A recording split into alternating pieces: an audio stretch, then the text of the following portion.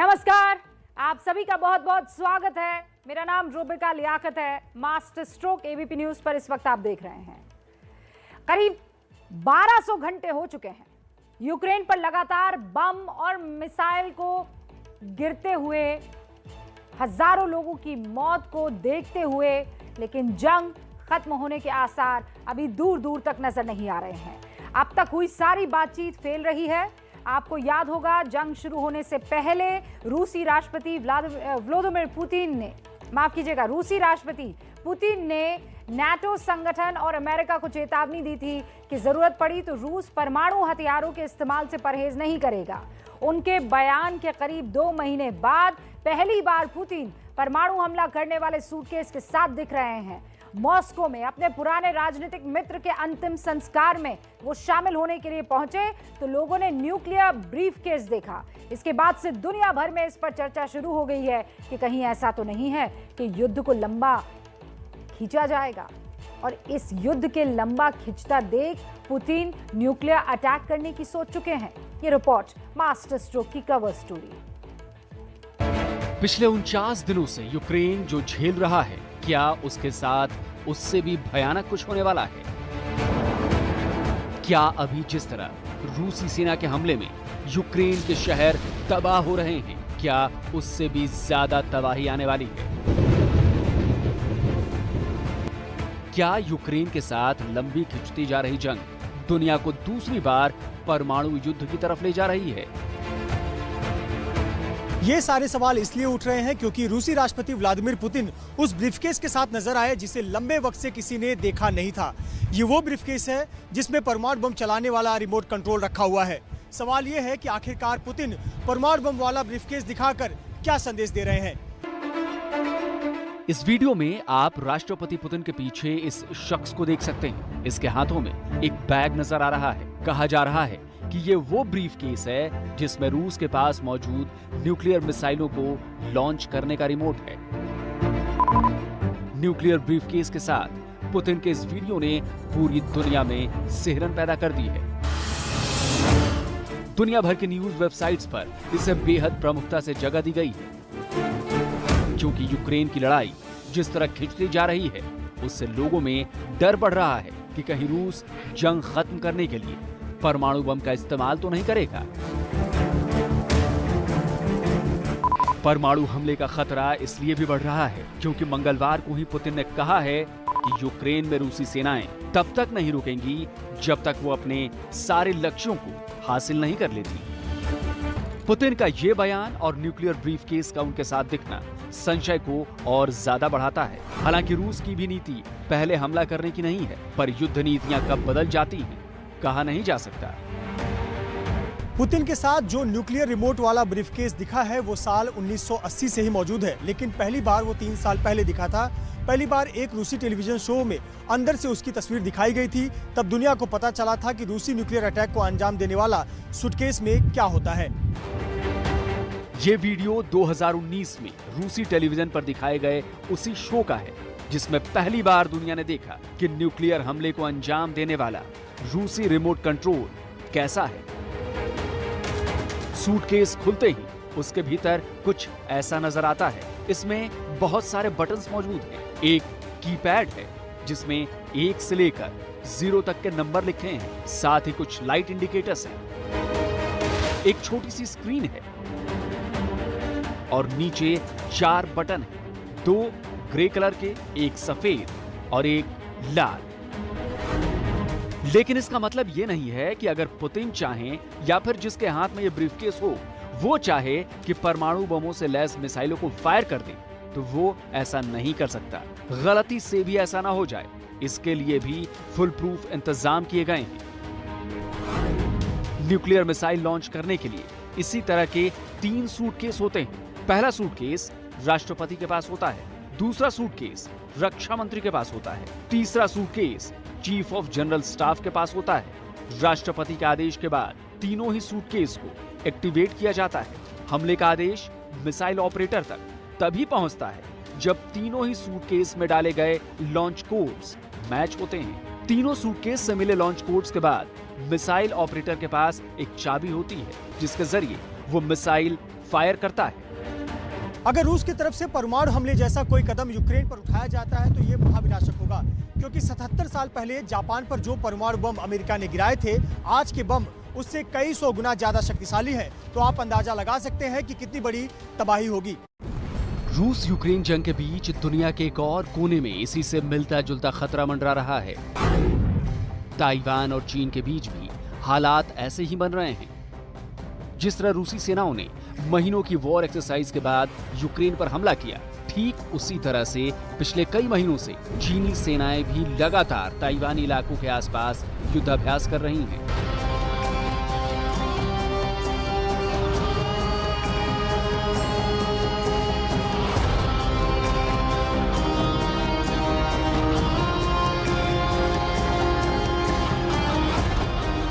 संकेत सिर्फ यही नहीं है, बल्कि पिछले कुछ महीनों में चीनी एयरफोर्स के विमानों ने कई बार ताइवानी एयर स्पेस में घुसपैठ की है।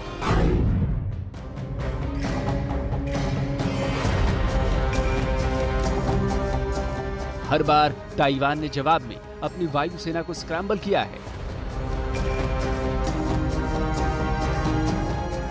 इसीलिए सवाल उठ रहे हैं कि क्या चीनी राष्ट्रपति शी जिनपिंग भी युद्ध का मन बना चुके हैं, क्योंकि ताइवान के साथ उनका शुरू से विवाद चल रहा है। उसे जिनपिंग ताकत के दम पर निपटाना चाहते हैं। ताइवान का असली नाम रिपब्लिक ऑफ चाइना है और वो खुद को आजाद देश मानता है। चीन का दावा है कि ताइवान आजाद देश नहीं, बल्कि उसका हिस्सा है।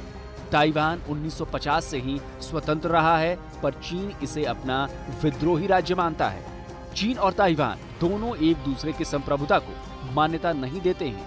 चीन 1971 में यूएन सिक्योरिटी काउंसिल का सदस्य बना। 1979 में ताइवान की मान्यता उसने संयुक्त राष्ट्र से खत्म करवा दी। अभी हाल के दिनों में चीनी विदेश मंत्रालय कई बार दोहरा चुका है कि ताइवान चीन का अभिन्न अंग है, उसे किसी भी कीमत पर चीन के साथ मिलाना ही है। यानी चीन एकदम क्लियर मैसेज दे चुका है कि आज नहीं तो कल ताइवान पर वो हमला करेगा ही। खुद चीनी राष्ट्रपति शी जिनपिंग कई बार कह चुके हैं कि अगर ताइवान को बलपूर्वक भी चीन में मिलाना पड़े तो वो मिलाकर रहेंगे।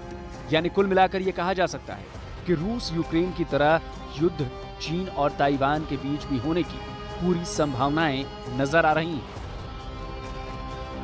लेकिन अगर यूक्रेन की बात करें तो वहाँ हालात दिन प्रतिदिन खराब होते जा रहे हैं। दुनिया के कई बड़े देश उसे मदद तो भेज रहे हैं, लेकिन ज़्यादातर मदद हथियारों की आ रही है।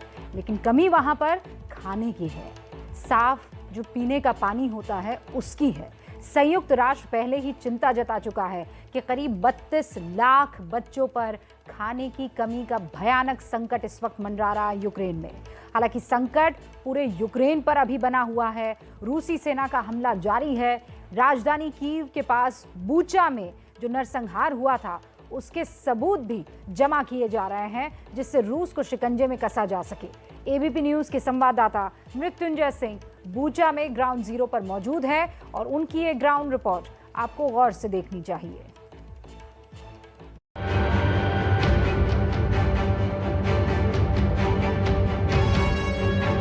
यूक्रेन के जिस शहर बूचा में हुआ था नरसंहार, वहां ग्राउंड जीरो पर पहुंचा एबीपी न्यूज। हम बूचा शहर में मौजूद हैं। आज घटनाक्रम बदला है, चूंकि यूक्रेन ने रूस पर आरोप लगाया है कि रूस ने जनसंहार किया है, वॉर क्राइम किया हुआ है और युद्ध नियमों का उल्लंघन किया है। ऐसे पर आरोप लगाया कि बूचा के आम लोगों को रूस ने निशाना बनाया, उन्हें प्रताड़ित किया और उन्हें मारा। ऐसे पर इन शवों को, जो कि पहले दफनाया गया था, उन शवों को एक बार फिर से निकाला जा रहा है। इसकी वजह यह है कि एक बार शवों को निकालकर उनकी पहचान किया जा सके, साथ ही साथ फॉरेंसिक जांच या जांच में यह पता लगाया जा सके कि आखिरकार किस वजह से इन नागरिकों की मौत हुई। क्या वाकई में गन शॉट से उनकी मौत हुई, ब्लास्ट में उनकी मौत हुई, या फिर उनके साथ यातनाएं दी गई और यातना की वजह से उनकी मौत हुई। इसीलिए इन शवों को एक बार फिर से निकाला जा रहा है और इसके जांच के लिए खुद यूरोपियन यूनियन के सदस्य, साथ ही साथ अंतर्राष्ट्रीय मीडिया का एक बड़ा जमावड़ा आप देख सकते हैं, जो कि यहाँ पहुंची हुई है और सभी के सामने शवों को निकाला जा रहा है। रूस के खिलाफ वॉर क्राइम का मुकदमा चलाने की तैयारी हो चुकी है। रूसी राष्ट्रपति पुतिन और रूसी सेना के खिलाफ बूचा शहर से एक एक सबूत जमा किए जा रहे हैं, जिससे शिकंजा मजबूती से कसा जा सके। शव को बारी बारी से निकाला जा रहा है पहले फोटोग्राफी की जा रही है, उसका रिकॉर्ड मेंटेन किया जा रहा है और एक प्राथमिक जांच की जा रही है। और इस प्राथमिक जांच करने के बाद इन शवों को अस्पताल भेज दिया जाएगा। अस्पताल में इसकी फॉरेंसिक जांच होगी, उसकी रिपोर्ट तैयार की जाएगी, जिससे यह स्पष्ट हो सकेगा कि क्या वाकई में यातना देकर इन लोगों की मौत हुई है, हत्या की गई है। बूचा पर रूसी सेना ने जबरदस्त हमला किया था। पूरा शहर तबाह हो चुका है। टैंकों से, तोपों से, मिसाइलों से हर तरफ से हमला किया गया। हमले की निशानियां अभी तक बूचा में मौजूद हैं। हम यूक्रेन के होस्टोमिल शहर में हैं और होस्टोमिल में रिहायशी इलाकों को रूस ने निशाना बनाया। ये होस्टोमिल इलाके का एक रिहायशी इलाका है। आसपास देखिए आप बंगलो है और 20 सड़क पर देखिए एक बड़ा सा मिसाइल आकर यहाँ पर धंस गया है। लगभग 4 फुट, जितना आप तस्वीरों में देख पा रहे हैं, 4 फुट ये मिसाइल अंदर धंसा हुआ है। फिलहाल इसे यूक्रेन की सेना ने न्यूट्रलाइज कर दिया है और ये अब फटेगा नहीं, लेकिन ये कितना शक्तिशाली मिसाइल लॉन्चर था जो कि सीधे जमीन में 4 फीट अंदर गया है। अगर ये फटता तो इस पूरे इलाके में तबाही ला देता। और इस प्रकार के कई रॉकेट लॉन्चर रूस ने इस इलाके में दागे हैं। कुछ हिस्सों को यहाँ निकाला गया है, काफ़ी वजन है। और यहाँ लगभग जो सड़क है, यहाँ कई इसी प्रकार से तस्वीरें देखने को मिल रही हैं कि जगह जगह पर इस प्रकार से मिसाइल आकर घरों में या फिर घरों के जो अहाते हैं वहां पर या फिर सड़कों पर इस प्रकार से धंसे नजर आ रहे हैं। सिर्फ शहर ही नहीं, गांव के गांव भी तबाह हो चुके हैं। चारों तरफ वीरानगी छाई हुई है। जमीन पर जिंदा कारतूस फैले हुए हैं। हर तरफ सिर्फ तबाही और बर्बादी ही दिख रही है। ये जो आप बस देख रहे हैं, इस बस में यूक्रेन के लोगों को ले जाया जा रहा था, जिसे रूस की सेना ने निशाना बनाया और इस पर हिट किया। और देखिए पूरा जो बस है वो क्षतिग्रस्त हो गया। लेकिन जो सबसे चौंकाने वाली चीज़ आपको दिखेगी, ज़मीन देखिए, आपको यहाँ पर ये देखिए बुलेट सेल्स, आपको जगह जगह बुलेट सेल्स मिल जाएंगे। यहाँ देखिए, ये देखिए बुलेट सेल्स, और कुछ अभी लाइव बुलेट सेल्स हैं, अभी वो ख़राब नहीं हुए हैं। देखिए जहाँ जहाँ आपकी नज़र पड़ेगी आपको बुलेट सेल्स ही पूरे गांव में दिखाई देंगे। तो आप इससे अनुमान लगा सकते हैं कि कितनी व्यापक यहाँ पर फायरिंग हुई होगी। एक पल के लिए लगा कि ये कोई छोटे छोटे कंकड़ पत्थर हैं, लेकिन ये सब बुलेट्स यहाँ पर पड़े हुए हैं। बूचा पर एक के बाद एक लगातार मिसाइलें बरसाई गईं। इसमें बैलिस्टिक मिसाइलें भी शामिल थीं और एयरफोर्स के द्वारा जहाज से छोड़ी गई क्रूज मिसाइलें भी थीं। मिसाइलों ने यहाँ सबसे ज्यादा तबाही मचाई। हम यूक्रेन के होमस्टेक और बूचा शहर के बीच के एक रिहायशी इलाके में हैं और यहाँ ये जो आप सड़क देख रहे हैं, यहाँ पर दोनों तरफ की सेनाओं के बीच ज़बरदस्त एक टैंक फाइट हुई। रूस की सेना और यूक्रेन की सेना यहाँ पर आमने सामने थी। ये जो टैंक का हिस्सा है ये सड़क के किनारे, और एक जो दूसरा टैंक है वो सीधे घर की तरफ जाकर गिरा हुआ है। आधा हिस्सा आपको ये जला हुआ टूटा हुआ नजर आएगा और ये उसके पहिए। वो टैंक सीधे इस घर के अहाते में पहुंचा। यहाँ ज़बरदस्त लड़ाई हुई यूक्रेन की सेना और रूस की सेना के बीच में, और जो रूस की सेना का जो टैंक है उसका हिस्सा हम यहाँ पर देख सकते हैं। यहाँ आसपास के जितने भी घर आपको दिखेंगे, सबकी हालत देखकर आप अनुमान लगा सकते हैं कि यहाँ किस प्रकार की युद्ध की स्थिति बनी थी, युद्ध हुआ और कितना ज़्यादा यहाँ पे नुकसान हुआ, कितना ज़्यादा क्षति हुआ। फिलहाल यहाँ जो यूक्रेन के सैनिक हैं वो मुआयना कर रहे हैं कि उन्हें कुछ ऐसी चीज़ें मिले जिससे वो पुख्ता कर सके कि किस प्रकारों का हथियारों का इस्तेमाल रूस की सेना ने किया हुआ था। यहाँ एक मॉल पर रूसी सेना का सबसे बड़ा अटैक हुआ। मॉल के पीछे यूक्रेनी सेना ने अपना मल्टी बैरल रॉकेट लॉन्चर लगाया हुआ था। ड्रोन से पहले रूस ने जगह की पहचान की, फिर हमला कर दिया। बूचा शहर में हम जिस जगह पर मौजूद हैं, यहाँ इस शहर का सबसे बड़ा मॉल था एपिसेंटर मॉल। लेकिन एपिसेंटर मॉल की क्या हालत हुई है इस युद्ध में, इन तस्वीरों को देखकर आप अनुमान लगा सकते हैं। यहाँ रूस की सेना ने एयर स्ट्राइक किया था और बमबारी की थी, जिसके बाद ये पूरा मॉल तबाह हो गया। जिसके बाद से इस इलाके में खाने पीने की बहुत ज़्यादा किल्लत हो गई, लोगों को यहाँ से पलायन करना पड़ा। आपको बताएं कि बूचा शहर का ये सबसे बड़ा मॉल है, एपिसेंटर मॉल। लेकिन अब तो जो ऊपर लिखा हुआ एपिसेंटर था वो भी आपको नहीं दिख रहा होगा और पूरी तरह से ये जो मॉल है वो क्षतिग्रस्त हो गया है। जाहिर है बूचा और इसके आसपास का पूरा इलाका तबाह हो चुका है। अगर कुछ बचा है तो जंग में इस्तेमाल किए गए हथियारों का मलबा, जो बता रहा है कि बरसों में बसाए गए शहर कैसे कुछ घंटों में तबाही का ढेर बन जाते हैं। और बुरी खबर तो ये है कि अभी हालात ऐसे नहीं दिख रहे हैं कि ये युद्ध रुके, और इस युद्ध का असर सिर्फ यूक्रेन या रशिया के अर्थव्यवस्था पर नहीं, पूरी दुनिया पर पड़ रहा है। पूरी दुनिया में महंगाई बढ़ गई है। आज हमने ग्लोबल इन्फ्लेशन पर आपके लिए खास रिपोर्ट तैयार की है। वो ग्लोबल इन्फ्लेशन की दरें आप तक पहुंचाए, कारण आप तक पहुंचाए, उससे पहले भारत का हाल भी तो जानना ज़रूरी है, क्योंकि भारत में महंगाई दर 17 महीने में सबसे ज़्यादा है। सबसे पहले आप ये देखिए कि पिछले 1 साल में महंगाई बढ़ी कितनी है हिंदुस्तान में। 1 साल पहले जो टमाटर लगभग 18 रुपए प्रति किलो था, वो अब 25 रुपए से ऊपर हो गया है। 1 साल पहले वनस्पति के दाम 123 रुपए थे, जो अब बढ़कर 157 हो गए हैं। सरसों के तेल का दाम 150 रुपए प्रति किलो था, आज की तारीख में खरीदने जाइए 185 रुपए प्रति किलो बिकेगा। सोयाबीन तेल अगर आपको खरीदना है तो आज की तारीख में आपको 163 रुपए देने होंगे, जबकि पहले 135 रुपए का हुआ करता था। सूरजमुखी का तेल भी महंगा हुआ है, 185 रुपए हो गया है। इसकी कीमत पहले 161 रुपए हुआ करती थी। मसूर दाल आपको पसंद है तो 96 रुपए प्रति किलो देने होंगे, जिसके लिए पहले आप 81 रुपए खर्च किया करते थे। ये तो खाने पीने की चीज़ें हैं, लेकिन ईंधन के दाम जो है उसमें सबसे ज़्यादा असर देखने को मिला है।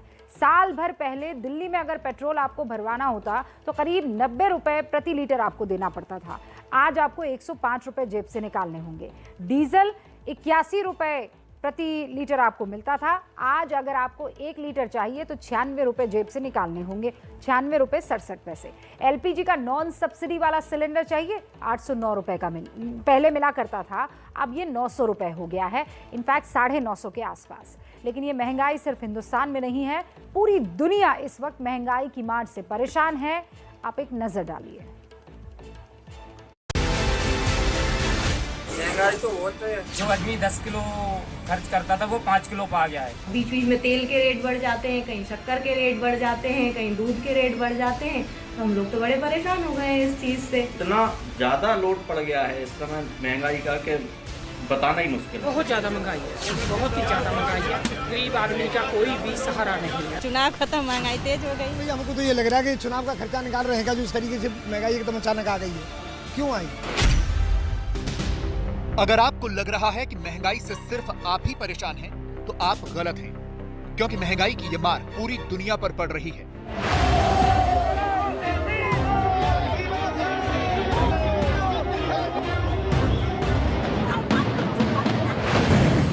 दुनिया के लगभग सभी देश महंगाई से जूझ रहे हैं। जनता सड़कों पर उतरी हुई है, अपने नेताओं के खिलाफ प्रदर्शन कर रही है। सबसे बुरा हाल पेरू का हुआ है,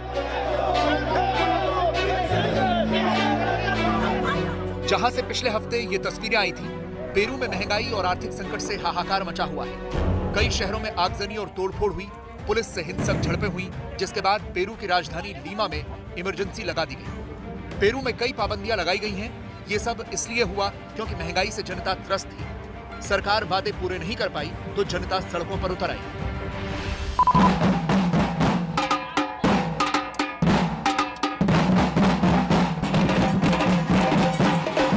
यही हाल एक और साउथ अमेरिकी देश अर्जेंटीना का भी है।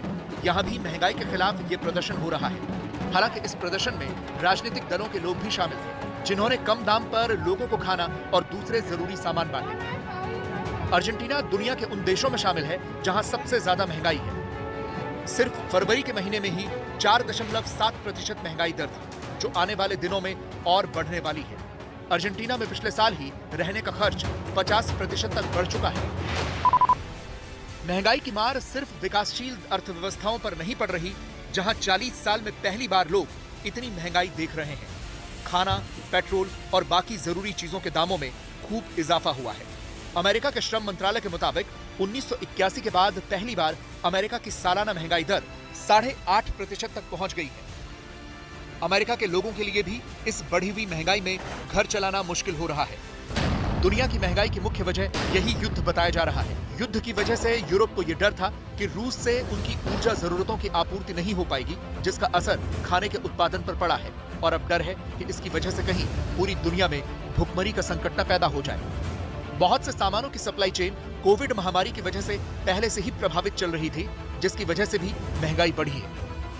भारत में 17 महीनों में सबसे ज्यादा 6.95% महंगाई दर है। अमेरिका में पिछले 4 दशकों में पहली बार महंगाई दर 8.5% पर पहुंची है।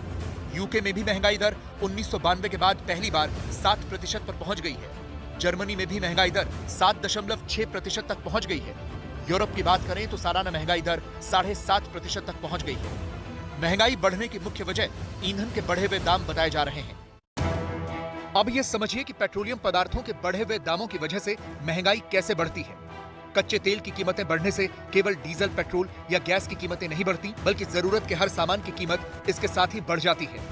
उत्पादन और सामान को एक जगह से दूसरी जगह ले जाने के लिए ईंधन का इस्तेमाल होता है। इसीलिए तेल की कीमतें बढ़ने का महंगाई से सीधा नाता है। युद्ध की वजह से महंगाई इसलिए भी बढ़ रही है क्योंकि दुनिया में बहुत से सामानों की आपूर्ति पर इसका असर पड़ रहा है। जैसे गेहूं के वैश्विक बाजार में 29% हिस्सा रूस और यूक्रेन का है। रूस सूरजमुखी उत्पादन में दुनिया में दूसरे नंबर पर है। इन दोनों देशों से मध्य पूर्व, अफ्रीका और तुर्की में खूब निर्यात होता है। लेकिन अब युद्ध की वजह से फसलों का निर्यात बंद है, जिससे महंगाई बढ़ रही है। दुनिया के बड़े आर्थिक जानकार पहले से ही ये अनुमान लगा चुके थे कि रूस और यूक्रेन के युद्ध से वैश्विक महंगाई बढ़ेगी। अब यही हो रहा है। तो महंगाई काबू करने के लिए कुछ यूरोपीय और लैटिन अमेरिकी देश ब्याज दरों में बढ़ोतरी का रास्ता अपना सकते हैं। दुनिया की महंगाई का अनुमान चीन से आई इन तस्वीरों से लगाया जा सकता है। चीन के बारे में कहा जाता है कि उसने अपनी महंगाई को दशकों से काबू में किया हुआ है, लेकिन इस बार चीन में भी महंगाई देखी जा रही है। चीन में कंज्यूमर प्राइस इंडेक्स में 1.5% की बढ़ोतरी देखी गई है। चीन में परिवहन से लेकर पढ़ाई तक का खर्च बहुत ज्यादा बढ़ चुका है। अब एक बार खबर पड़ोसी मुल्क पाकिस्तान की ले लें। पिछले कुछ महीनों से थिएटर बना हुआ है वहाँ। पॉलिटिकल ड्रामे का दी एंड होता है कि बदलापुर रिलीज हो जाती है। पाकिस्तान के नए प्रधानमंत्री शहबाज शरीफ ने कुर्सी पर बैठते ही इमरान खान की फाइलों को खोलना शुरू कर दिया। पहली फाइल है गिफ्ट के गबन की। इमरान पर आरोप लगाया कि उन्होंने अपने कार्यकाल में मिले महंगे गिफ्ट्स में हेरा फेरी करके उसे बेच दिया, पैसे अपने खाते में जमा करा लिए।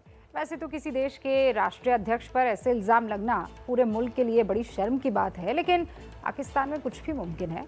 एक पूर्व प्रधानमंत्री पर घड़ी और महंगे हार की हेराफेरी का पूरा सच जानने के लिए आपको ये स्पेशल रिपोर्ट देखनी चाहिए। और अब लगा है गिफ्ट में गबन का इल्जाम। ऐसा पाकिस्तान में ही हो सकता है कि जो शख्स कुछ घंटे पहले तक प्रधानमंत्री रहा हो, वो गद्दी से उतरते ही तोहफों की हेराफेरी जैसे मामले में कटघरे में खड़ा हो। लेकिन ऐसा हो चुका है और पाकिस्तान के न्यूज चैनल्स पर गिफ्ट में गबन की ब्रेकिंग न्यूज ही गूंज रही है। कोई दूसरा देश होता तो कमान संभालने के बाद प्रधानमंत्री पहले देश के जरूरी मामलों की फाइल देखता, अर्थव्यवस्था का ब्यौरा लेता, लेकिन पाकिस्तान जरा हटकर है। तभी तो शहबाज शरीफ को सबसे जरूरी फाइल इमरान की कुंडली ही नजर आई और उन्होंने पूर्व प्रधानमंत्री के खिलाफ एक ऐसी इंक्वायरी का ऑर्डर दिया जो क्राइम और कॉमेडी के कॉकटेल से कम नहीं है। ताजा आरोप है कि इमरान खान ने तोहफे में मिले एक हार में हेराफेरी की है। नियमों के मुताबिक इमरान को राष्ट्राध्यक्ष की हैसियत से मिले इस हार को सरकारी खजाने में जमा कराना था, लेकिन इमरान ने चोरी छिपे इस हार को 18 करोड़ रुपए में बेच दिया। दावा किया जा रहा है कि इमरान ने हार की बिक्री अपने पूर्व सचिव जुल्फी बुखारी से करवाई, जिन्होंने लाहौर के एक व्यापारी को 18 करोड़ रुपए में यह हार बेच दिया। पकड़े न जाएं, इसके लिए कुछ लाख रुपए खजाने में जमा भी कराए गए। हार की हेराफेरी की आंच इमरान के साथ साथ उनके पूर्व सचिव जुल्फी बुखारी तक भी पहुंची है। अपनी सफाई में वो मीडिया पर भड़के हैं। उन्होंने सफाई दी है कि सफेद झूठ, मुझे ना तो कोई हार मिला और ना ही मैंने कोई हार बेचा। ये देश की बी ग्रेड मीडिया का प्रोपेगेंडा है। इमरान को बदनाम करने का मीडिया इससे बेहतर सोचे। पाकिस्तान में सरकारी नियमों के मुताबिक किसी राष्ट्राध्यक्ष, शासन प्रमुख, सरकारी ओहदे पर बैठे नेता, मंत्री को अगर कोई गिफ्ट मिलता है, कोई तोहफा मिलता है, तो उसे नियमों के मुताबिक उसे सरकारी खजाने यानी तोशेखाने में जमा कराना होता है। उसके बाद उस तोहफे की कीमत तय होती है और अगर वो तोहफा 30,000 रुपए से कम का होता है तो तोहफा पाने वाला अपने पास रख सकता है, लेकिन अगर उसका दाम इससे ज्यादा होता है तो उसके 50% से ज्यादा मूल्य को उसे जमा कराना होता है खजाने में और उसके बाद ही वो उसे अपने पास रख सकता है। पाकिस्तान में हुए सत्ता परिवर्तन के बाद अब इमरान खान के खिलाफ इन्हीं नियमों के उल्लंघन को लेकर जांच शुरू कर दी गई है। हालांकि ऐसा नहीं है कि इमरान पर गिफ्ट के गबन का आरोप नया हो। ये मामला 2 साल पहले ही सामने आ गया था, लेकिन पीएम की कुर्सी पर होने की वजह से उन पर शिकंजा कसा नहीं गया। अब वो फाइल खुल रही है, लेकिन तोहफे की हेराफेरी का मामला सामने कैसे आया, ये बहुत इंटरेस्टिंग है और ध्यान से सुनिए। सऊदी अरब के प्रिंस मोहम्मद बिन सलमान ने इमरान को 2018 के दौरे में एक घड़ी गिफ्ट की। सलमान ने एक मशहूर कंपनी से 2 लिमिटेड एडिशन घड़ी बनवाई थी, जिसके करार के मुताबिक कंपनी उन घड़ियों की कॉपी नहीं बना सकती थी। सलमान ने लिमिटेड एडिशन की एक घड़ी खुद रखी, दूसरी इमरान को तोहफे में दे दी। तोहफे की इस घड़ी को इमरान की पत्नी ने अपने एक स्टाफ से बेचने को भेज दी। जब दुकानदार ने लिमिटेड एडिशन घड़ी देखी तो घड़ी बनाने वाली कंपनी से संपर्क किया, क्योंकि घड़ी कंपनी ने सिर्फ 2 ही घड़ियां बनाई थी। इसीलिए कंपनी ने घड़ी की जानकारी सलमान को दी, क्योंकि कंपनी को शक था कि सलमान की घड़ी चोरी हुई है। इस फोन से इमरान की पूरी कलई खुल गई। इस वाकये के बाद ही इमरान के गिफ्ट में गबन की पोल खुली। इसके बाद विदेशों में मिले गिफ्ट का लेखा जोखा शुरू हुआ तो एक नई पिक्चर सामने आ गई। इमरान को एक 16 करोड़ की घड़ी जो है सऊदी अरब से मिली। इसके अलावा एक 18 करोड़ का नेकलेस भी मिला था, जिसकी जांच अभी चल रही है। मोहम्मद बिन सलमान ने 2018 के दौरे में इमरान को 9,50,000 रुपए का एक पेन भी दिया था। इसी दौरे में उन्हें 1,35,000 की कफलिंग भी दी गई। 2 लाख रुपए की तस्बीह उनको दी गई थी, 2 लाख रुपए की अंगूठी उनको मिली थी और एक गोल्ड प्लेटेड सजावटी राइफल भी दी गई थी, जिसका नाम इस वक्त उजागर नहीं किया गया है। जांच 18 करोड़ रुपए के हार से शुरू हुई है अभी फिलहाल, लेकिन ये माना जा रहा है कि इमरान दूसरे आइटम्स में भी फंसेंगे और बुरे फंसेंगे, क्योंकि 2020 में गिफ्ट का मामला अदालत जा चुका है और उस वक्त इमरान अपनी सफाई देते नजर आ रहे थे। लेकिन अब इमरान कुर्सी से बेदखल हो गए हैं, कुर्सी पर विपक्षी हैं। ये सफाई इमरान ने उस वक्त दी थी जब विपक्ष उनसे गिफ्ट का हिसाब मांग रहा था। उस वक्त इमरान सरकार ने अदालत में हलफनामा देकर इसे सीक्रेट करार दिया था। तब नवाज शरीफ इमरान पर भड़के थे, लेकिन पाकिस्तान की सियासत में गिफ्ट एक परमानेंट मुद्दा है। इन पर भी गिफ्ट गबन का आरोप है परवेज मुशर्रफ, शौकत अजीज, यूसुफ रजा गिलानी, खाकान अब्बासी। एक देश में जहां आधा दर्जन प्रधानमंत्री गिफ्ट में हेराफेरी में फंसे हों, उस देश का क्या होने वाला है ये समझना मुश्किल नहीं है। इसीलिए तो कहा जाता है कि पाकिस्तान का नाम आते ही कटोरा ध्यान में आ जाता है, भीख मांगने वाला। पाकिस्तान से अब भारत लौटते हैं और आपको दिखाते हैं हमारे देश का प्रधानमंत्री विदेशों में मिलने वाले गिफ्ट का इस्तेमाल किस तरह करता है। पीएम मोदी ने गुजरात में सीएम कार्यकाल में मिले सभी उपहार 2014 में करीब 90 करोड़ में बेच दिए। इस पैसे को दिल्ली आने से पहले कन्या शिक्षा की योजना में दान दे दिए उन्होंने। पीएम बनने के बाद 2015 में उपहारों जो उनको मिले थे उनकी नीलामी के 8 करोड़ रुपए गंगा सफाई में दे दिए। 2020 तक मिले उपहारों की नीलामी करके पैसा गंगा सफाई योजना में लगाया गया।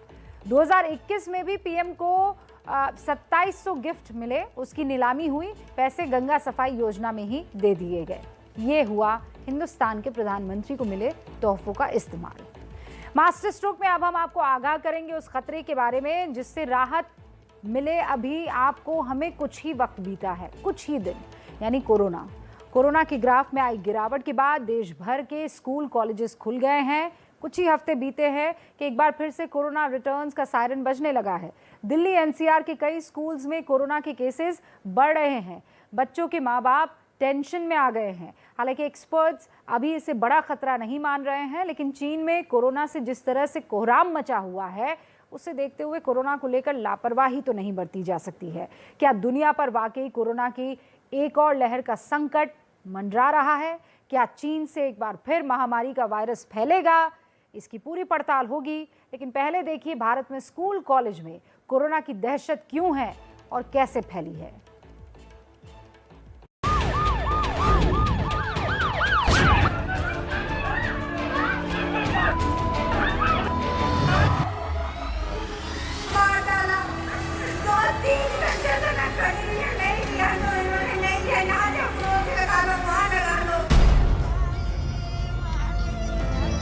कोरोना की कहर की ये तस्वीरें अगर आपको डराती है तो ये डर अच्छा है,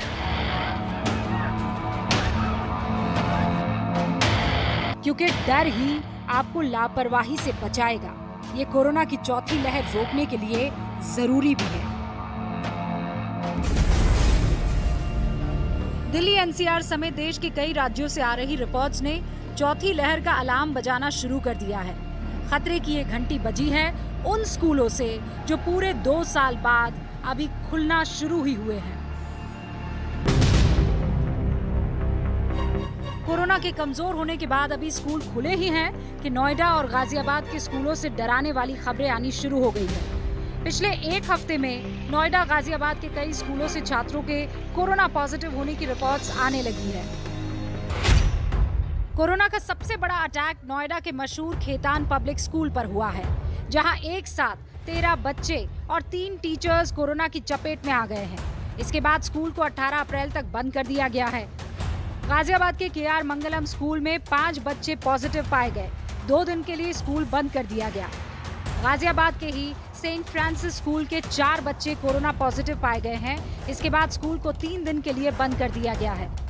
जबकि नोएडा के डीपीएस स्कूल में भी एक छात्र पॉजिटिव पाया गया है।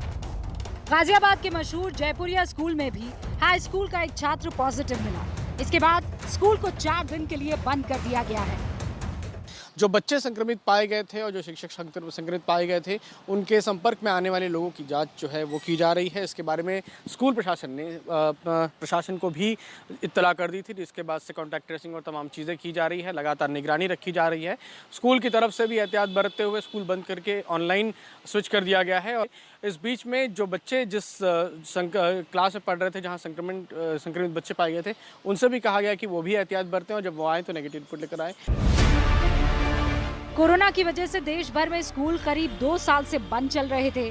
पिछले 1 महीने से ही दिल्ली एनसीआर में स्कूल खुलना शुरू हुए हैं।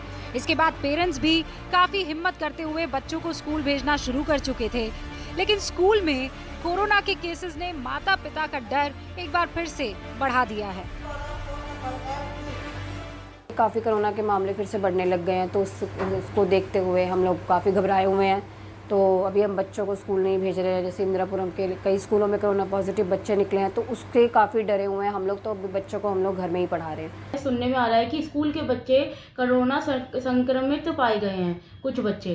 तो अब इन सब चीज़ों को देखते हुए सुनते हुए बहुत डर लगता है कि क्या नाम है, अगर क्लासेस दोबारा से ऑनलाइन चालू हो जाएं तो सारे बच्चों के लिए वही सेफ रहेगा, क्योंकि बच्चे छोटे हैं, अपने घर में रह के पढ़ेंगे तो ज़्यादा सेफ रहेंगे।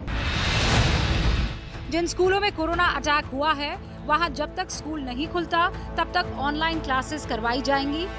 सबसे ज्यादा मामले खेतान पब्लिक स्कूल से आए हैं। इसकी जानकारी स्कूल ने प्रशासन को दे दी है। इसके बाद जिला प्रशासन भी एक्शन मोड में आ चुका है और कोरोना गाइडलाइंस को लेकर लापरवाह न होने की चेतावनी जारी की है, क्योंकि नोएडा में कोरोना का ग्राफ तेजी से चढ़ने लगा है। अब नोएडा में एक्टिव मरीजों की संख्या फिर से 100 के पार जाती हुई दिख रही है।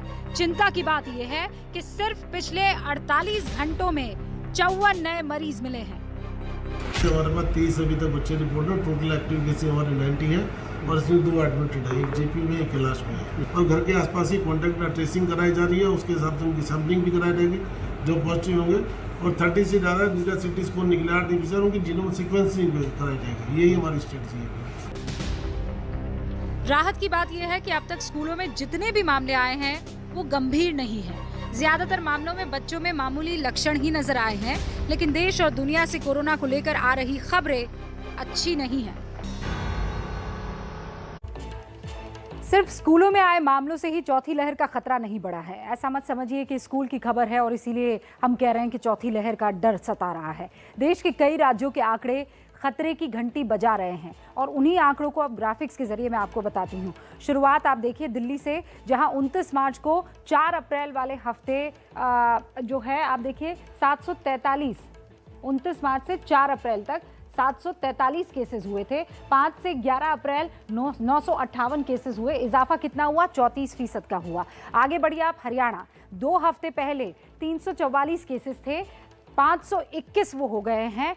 कितना इजाफा हो गया? 51% का इजाफा हो गया है और ये मामले लगातार बढ़ते जा रहे हैं। आगे की तरफ आइए आप, दिल्ली और हरियाणा के बाद उन इलाकों में जहां पर ऐसे ही कुछ केसेस देखने को मिल रहे हैं बढ़ोतरी के साथ। गुजरात 62 केसेस 29 से 4 अप्रैल को देखे गए थे, 131 केसेस हो गए, 127% का इजाफा हुआ है।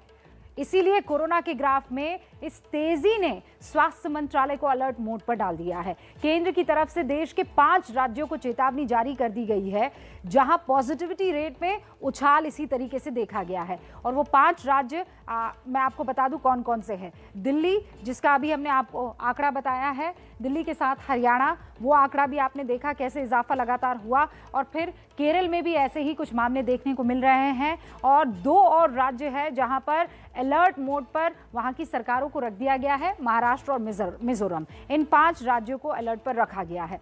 फिलहाल हम एक छोटे से अंतराल के लिए रुके, लेकिन उससे पहले एक और आपको आंकड़ा दिखा देना बहुत ज़रूरी है, क्योंकि यही वो सारे आंकड़े हैं जो ये बता रहे हैं कि अभी कोरोना को लेकर सब कुछ ठीक नहीं हुआ है। देश भर में स्कूल कॉलेजेस खुले हुए अभी कुछ ही हफ्ते बीते हैं। कोरोना रिटर्न्स का जो सायरन है वो कैसे बज रहा है देखिए। ओमिक्रॉन का जो सब वेरिएंट है वो बताया जा रहा है, ये WHO की तरफ से बताया गया है, XC वेरिएंट। ज़्यादातर लक्षण इसके जो हैं वो ओमिक्रॉन जैसे ही बताए जा रहे हैं। और साथ में ये जो नया वेरिएंट है इस पर गंभीरता से इस बात को लेकर रिसर्च किया जा रहा है कि इसके रिपरकशंस क्या है, इसके आफ्टर इफेक्ट्स क्या हो सकते हैं। क्योंकि लक्षण जो हैं, जैसा मैंने बताया, ओमिक्रॉन जैसे ही है, वो इतने खतरनाक नहीं है। वैक्सीन के असर पर रिसर्च, जैसा मैंने कहा कि आफ्टरमैथ क्या हो सकता है, उस पर अभी चल रही है। लेकिन उसके बावजूद एहतियात बरतते हुए स्कूल ने ऑनलाइन क्लासेस दोबारा से शुरू कर दी है।